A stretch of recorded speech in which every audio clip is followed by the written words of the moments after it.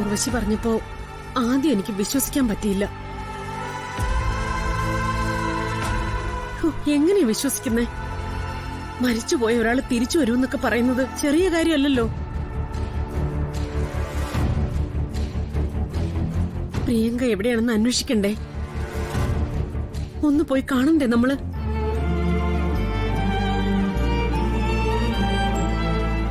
പരമേശ്വരേട്ടൻ എന്താ ഒന്നും മിണ്ടാത്തത്? എന്താ അമ്മേ? മരണം മറികടന്ന് ഒരാൾ തിരിച്ചു വരിക എന്ന് പറയുന്നത് സന്തോഷമുള്ള കാര്യം തന്നെയാണ്. പക്ഷേ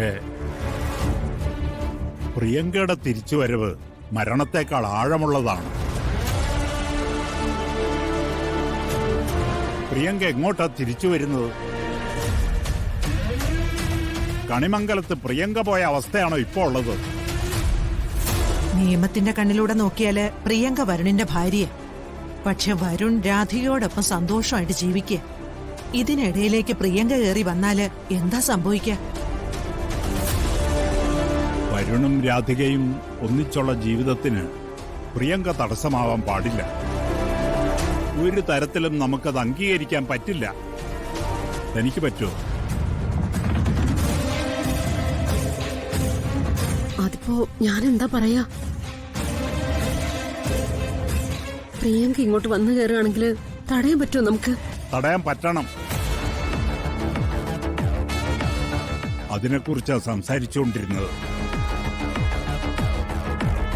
കോടതിയിലെ കാര്യങ്ങളിൽ നിന്ന് അറിഞ്ഞത് പ്രിയങ്ക സ്ഥിരബുദ്ധി നഷ്ടപ്പെട്ട അവസ്ഥയിലാണെന്നാണ്.